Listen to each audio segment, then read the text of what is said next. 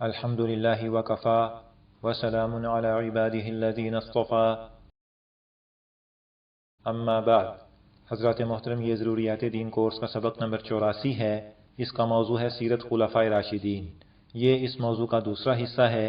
یہ سبق 2 بنیادی نکات اور 11 ذیلی نکات پر مشتمل ہے۔ نمبر 1، حضرت عثمان غنی رضی اللہ عنہ کے حالات و کمالات۔ نمبر 1، نام و نسب۔ آپ کا نام عثمان بن عفان ہے، والدہ کا نام عروہ ہے، لقب ذو النورین ہے، یعنی 2 نوروں والا، کیونکہ رسول اللہ صلی اللہ علیہ وسلم کی 2 صاحبزادیاں حضرت رقیہ اور ام کلثوم رضی اللہ عنہما باری باری آپ کے نکاح میں آئیں۔ حضرت عثمان کے سوا دنیا میں کوئی شخص ایسا نہیں جس کے نکاح میں کسی نبی کی 2 بیٹیاں آئی ہوں۔ آپ قریش کے خاندان بنو امیہ کے معزز اور شریف ترین فرد تھے۔ آپ کا سلسلہ نسب 5ویں پشت میں رسول اللہ صلی اللہ علیہ وسلم سے مل جاتا ہے۔ آپ کا قد درمیانہ، رنگ سفید زردی کی طرف مائل تھا، سینہ کشادہ اور داڑھی گھنی تھی۔ نمبر 2، ابتدائی حالات۔ آپ کے والد عفان کا انتقال ہو چکا تھا اور ترکے میں خاصی دولت ملی تھی، جسے آپ اپنے آبائی پیشے تجارت میں لگا کر خوشحال زندگی بسر کر رہے تھے۔ جب اسلام کی آواز کانوں میں پڑی تو اپنی دولت، مرتبے، راحت اور سکون سے بھرپور زندگی کو داؤ پر لگا کر کلمہ طیبہ پڑھ لیا اور اس طرح اسلام لانے والی اولین ہستیوں میں شریک ہو گئے۔ اسلام لانے کی وجہ سے آپ کے چچا حکم بن عاص نے آپ کو سخت زد و کوب کیا، لیکن یہ دین حق پر جمے رہے۔ آپ نے اپنی اہلیہ حضرت رقیہ کے ساتھ پہلے حبشہ کی طرف ہجرت کی اور پھر وہاں سے مدینہ منورہ تشریف لائے۔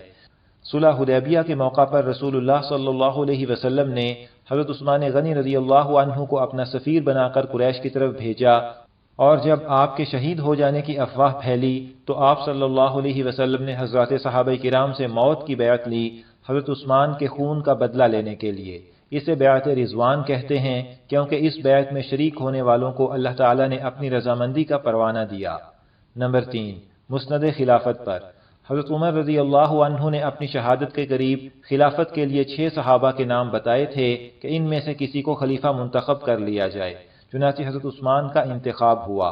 حضرت عبداللہ بن عمر رضی اللہ عنہما فرماتے ہیں کہ ہم رسول اللہ صلی اللہ علیہ وسلم کے زمانے میں ابو بکر کے برابر کسی کو نہیں سمجھتے تھے، آپ کے بعد عمر کو اور ان کے بعد عثمان کو سمجھتے تھے، اس کے بعد صحابہ میں مرتبہ طے نہیں کرتے تھے، رضی اللہ عنہم اجمعین۔ حضرت عثمان کا دور خلافت محرم 24 ہجری سے لے کر ذوالحجہ 35 ہجری تک ہے، تقریباً 12 سال۔ نمبر 4، خلافت عثمانی کے کچھ اہم کارنامے۔ Number 1، social welfare. آپ نے خلیفہ بننے کے بعد فی کس سالانہ وظیفے میں 100 درہم کا اضافہ کر دیا، رمضان میں سحری اور افطاری کے لیے اجتماعی دسترخوان کا نظام شروع کیا اور فرمایا یہ مسافروں، اجنبیوں اور مساجد میں عبادت کے لیے جمع رہنے والوں کے لیے ہے۔ حضرت حسن بصری رحمہ اللہ فرماتے ہیں، میں نے حضرت عثمان کو خطاب کرتے دیکھا، آپ فرماتے تھے، حضرات آئیے اور اپنے وظائف لے جائیے، پس لوگ آ کر بھرپور انداز میں مال وصول کرتے، ارشاد ہوتا حضرات آئیے کپڑے لے جائیے، لوگ آتے اور ان میں کپڑے بانٹ دیے جاتے، ارشاد ہوا حضرات آئیے گھی اور شہد وصول کر لیجئے، لوگوں میں گھی اور شہد تقسیم کیا جاتا، لوگ آتے اور مشک و عنبر جیسی خوشبوئیں لے لے کر جاتے۔ حضرت عثمان کے دور میں لوگوں میں دشمنیوں کا نام و نشان تک نہ تھا، عطیے اور انعامات کی بارش برستی تھی، روئے زمین پر کوئی مسلمان ایسا نہ تھا جسے دوسرے مسلمان سے کوئی خدشہ ہو، جو کسی بھی شہر میں کسی مسلمان سے ملتا اسے اپنا بھائی، دوست، خیرخواہ اور ہمدرد محسوس کرتا۔ نمبر 2، فتوحات۔ حضرت عمر فاروق رضی اللہ عنہ کے جانے سے جہاد کا پرچم سرنگوں نہیں ہوا، فتوحات کا سلسلہ حضرت عثمان کے زمانے میں برابر جاری رہا۔ بری جہاد کے ساتھ حضرت عثمان کے زمانے میں بحری جنگوں کا بھی آغاز ہوا۔ سنہ 33 ہجری میں قبرص فتح ہوا اور یہ بحیرہ روم کا مضبوط فوجی اڈا بنا۔ خلافت عثمانی کا سب سے بڑا اور خطرناک معرکہ غزوہ ذات السواری تھا۔ اس جنگ سے پہلے مسلمان رات بھر نماز، دعا اور تلاوت میں مصروف رہے اور بازنطینی بحریہ نقارے اور باجے بجاتی رہی۔ اس جنگ میں رومیوں کے بحری بیڑے میں 500 سے 600 بحری جہاز اور بہت تجربہ کار فوج تھی، اور اسلامی فوج میں تقریباً 200 جہاز تھے اور تجربہ بھی بہت کم تھا۔ اس کے باوجود اللہ تعالیٰ نے مسلمانوں کو شاندار کامیابی عطا فرمائی۔ حضرت عثمان رضی اللہ عنہ کے زمانے میں اسلامی سلطنت کی حدود ہندوستان کی سرحدوں سے لے کر شمالی افریقہ کے ساحلوں اور بحیرہ روم میں مشرقی یورپ تک وسیع ہو گئیں۔ اس طرح اسلامی حکومت جو حضرت عمر کے دور میں 22 لاکھ مربع میل پر محیط تھی، حضرت عثمان کے دور میں 44 لاکھ مربع میل پر پھیل گئی۔ نمبر 3، جمع قرآن۔ حضرت عثمان کے زمانے میں جب اسلامی فتوحات کی وسعت ہوئی اور قرآن مجید کی قراءت میں اختلاف ہونے لگا تو آپ نے حضرت ابوبکر صدیق کے زمانے میں جمع کیا گیا نسخہ منگوا کر اس کی نقلیں تیار کرائیں اور مختلف شہروں میں بھیجیں اور اس کے مطابق تلاوت کا حکم دیا۔ اس طرح ایک بڑے اختلاف کا دروازہ بند ہوا۔ نمبر 5، حضرت عثمان غنی رضی اللہ عنہ کے کچھ فضائل و مناقب۔ حضرت عثمان رضی اللہ عنہ حیا، سخاوت اور صلہ رحمی میں اپنی مثال آپ تھے۔ رسول اللہ صلی اللہ علیہ وسلم ایک دفعہ اپنے گھر میں لیٹے ہوئے تھے، پنڈلی مبارک سے کپڑا ہٹا ہوا تھا۔ حضرت ابوبکر تشریف لائے، آپ صلی اللہ علیہ وسلم ویسے ہی رہے۔ حضرت عمر تشریف لائے، پھر بھی آپ ویسے ہی رہے۔ حضرت عثمان تشریف لائے تو آپ صلی اللہ علیہ وسلم اٹھ کر بیٹھ گئے اور کپڑا سیدھا کر لیا۔ حضرت عائشہ رضی اللہ عنہا نے وجہ پوچھی تو فرمایا، کیا میں اس شخص سے حیا نہ کروں جس سے فرشتے بھی حیا کرتے ہیں؟ حضرت عثمان رضی اللہ عنہ کو اپنے دور خلافت میں جس فتنے سے سابقہ پڑنے والا تھا، نبی اکرم صلی اللہ علیہ وسلم اس کا ذکر پہلے سے فرما چکے تھے۔ رسول اللہ صلی اللہ علیہ وسلم نے ایک دفعہ عن قریب آنے والے ایک فتنے کا ذکر فرمایا۔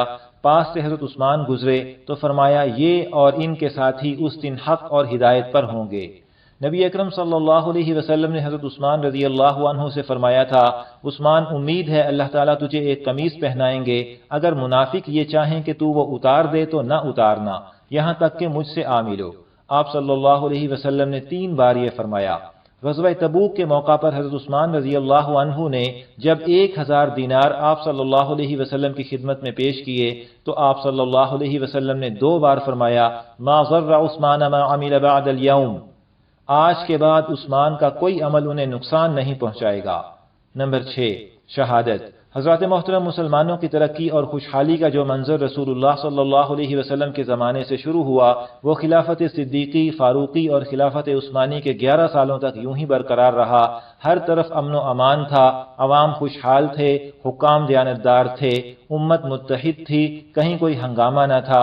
البتہ آخری چند سالوں میں کچھ شر پسندوں نے حضرت عثمان کی حکومت گرانے کی سرتوڑ کوششیں شروع کر دی تھیں، جو بالآخر حضرت عثمان رضی اللہ عنہ کی مظلومانہ شہادت کے دردناک سانحے کا باعث بنی۔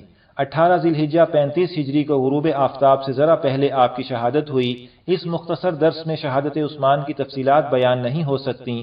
جو حضرات مطالعہ فرمانا چاہیں وہ تاریخ امت مسلمہ کی 2 جلد ملاحظہ فرمائیں۔ نمبر 2، حضرت علی مرتضیٰ رضی اللہ عنہ کے حالات و کمالات۔ نمبر 1، نام و نسب۔ آپ کا نام علی اور لقب اسد اللہ، حیدر اور مرتضیٰ ہے اور کنیت ابو الحسن اور ابو تراب ہے۔ آپ کے والد ابو طالب ہیں۔ آپ والد اور والدہ دونوں طرف سے قریش کے خاندان بنو ہاشم سے ہیں۔ آپ رسول اللہ صلی اللہ علیہ وسلم کے چچا زاد بھائی ہیں۔ آپ کے والد اسلام نہیں لائے، البتہ والدہ اسلام لائیں اور ہجرت بھی کی۔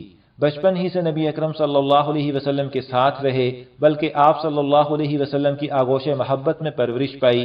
آپ کا قد چھوٹا اور بدن بھاری تھا۔ نمبر 2، ابتدائی حالات۔ آپ بالغ ہونے سے پہلے بچپن ہی میں اسلام لائے۔ رسول اللہ صلی اللہ علیہ وسلم کی سب سے چہیتی بیٹی حضرت فاطمہ زہرا رضی اللہ عنہا آپ کے نکاح میں آئیں۔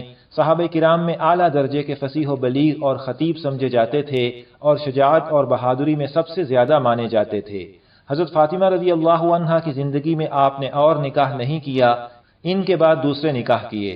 حضرت فاطمہ سے آپ کے 2 صاحبزادے حسن اور حسین ہیں اور 2 صاحبزادیاں زینب کبریٰ اور ام کلثوم کبریٰ ہیں۔ نمبر 3، مسند خلافت پر۔ حضرت عثمان رضی اللہ عنہ کی شہادت کے دوسرے دن آپ کے ہاتھ پر بیعت ہوئی۔ مدینہ منورہ کے سب انصار و مہاجرین نے آپ کے ہاتھ پر بیعت کی۔ شام والوں نے آپ کی خلافت کو تسلیم نہیں کیا۔ ان کا خیال تھا کہ جس قدر مہاجرین و انصار نے آپ کے ہاتھ پر بیعت کی ہے، سبائیوں کے جبر سے کی ہے۔ آپ کے دور خلافت میں کفار سے جہاد بہت کم ہوا اور آپس میں لڑائیاں ہوئیں۔ 3 لڑائیاں آپ کو پیش آئیں۔ پہلی جنگ جمل جس میں حضرت عائشہ، طلحہ اور زبیر سے لڑائی ہوئی۔ دوسری جنگ صفین جس میں حضرت معاویہ اور اہل شام سے لڑائی ہوئی رضی اللہ عنہم۔ تیسری جنگ نہروان جس میں خوارج سے مقابلہ ہوا۔ آپ کا دور خلافت 35 رمضان 40 ہجری تقریباً 4.25 سال ہے۔ جمہور علماء اسلام جنگ جمل اور صفین میں حضرت علی رضی اللہ عنہ کو درست رائے اختیار کرنے والا مجتہد قرار دیتے ہیں اور مقابل فریق کو لغزش کرنے والا مجتہد قرار دیتے ہیں۔ چونکہ دوسرے حضرات بھی نیک نیتی کے ساتھ اصلاح کی کوشش کر رہے تھے، اس لیے وہ گناہ گار نہیں بلکہ ایک اجر انہیں بھی حاصل ہے۔ کسی فریق کے بارے میں بدگمانی اور بد زبانی کی کوئی گنجائش نہیں اور نہ ہی ان لڑائیوں کا بلا ضرورت تذکرہ کرنا چاہیے۔ نمبر 4، حضرت علی رضی اللہ عنہ کے کچھ فضائل و مناقب۔ غزوہ تبوک میں رسول اللہ صلی اللہ علیہ وسلم نے حضرت علی کو پیچھے چھوڑا تو آپ نے عرض کیا مجھے عورتوں اور بچوں کے پاس چھوڑ رہے ہیں؟ نبی اکرم صلی اللہ علیہ وسلم نے فرمایا کیا تم اس پر خوش نہیں کہ میرے لیے ایسے ہو جیسے موسیٰ کے لیے ہارون تھے لیکن میرے بعد کوئی نبی نہیں؟ رسول اللہ صلی اللہ علیہ وسلم نے حضرت علی سے فرمایا تھا کہ تجھ سے وہی محبت رکھے گا جو مومن ہوگا اور وہی بغض رکھے گا جو منافق ہوگا۔ رسول اللہ صلی اللہ علیہ وسلم نے غزوہ خیبر میں فرمایا تھا کل میں اس شخص کو جھنڈا دوں گا جس کے ہاتھ پر فتح ہوگی، وہ اللہ اور اس کے رسول سے محبت رکھتا ہے اور اللہ اور اس کا رسول اس سے محبت رکھتے ہیں۔ اگلے دن آپ نے حضرت علی کو جھنڈا عطا فرمایا۔ نمبر 5، حضرت حسن رضی اللہ عنہ کی خلافت۔ محترم سامعین، حضرت علی رضی اللہ عنہ کی شہادت کے بعد حضرت حسن رضی اللہ عنہ کے ہاتھ پر بیعت ہوئی۔ چند ماہ بعد حضرت حسن اور حضرت معاویہ میں صلح ہو گئی۔ حضرت حسن حضرت معاویہ کے حق میں خلافت سے دستبردار ہو گئے اور حضرت معاویہ کی خلافت پر اتفاق ہو گیا۔ اس طرح نبی اکرم صلی اللہ علیہ وسلم کی وہ پیشین گوئی پوری ہوئی جو آپ نے حضرت حسن کے بارے میں کی تھی، میرا یہ بیٹا سردار ہے، امید ہے اللہ تعالیٰ اس کے ذریعے مسلمانوں کی دو بڑی جماعتوں میں صلح کرائے گا۔